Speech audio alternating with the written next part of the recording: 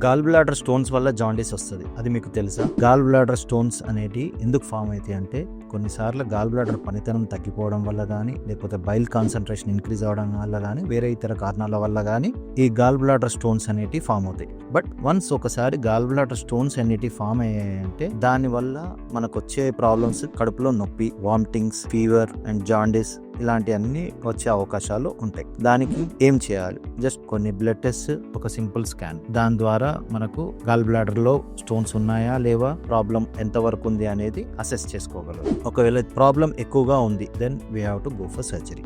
ఎలా surgery? Laparoscopy ద్వారా, అంటే కీ హోల్ సర్జరీ. చిన్న చిన్న హోల్స్ వేసి సర్జరీ చేస్తాం. ఈ చిన్న చిన్న హోల్స్ అంటే కెమెరా పెట్టేసి లాప్రోస్కోపీ ద్వారా గాల్ బ్లాడర్ మొత్తాన్ని తీసేస్తాం. And this is a simple surgery. With in 1 to 2 days లో మీరు హాస్పిటల్ నుండి డిశ్చార్జ్ అయిపోవచ్చు. మన రిషిత హాస్పిటల్లో లాప్రోస్కోపీ సర్జరీ ద్వారా చాలా సర్జరీస్ మనం చేసాం. Consult doctor Rajendra at Rishita hospital. Thank you.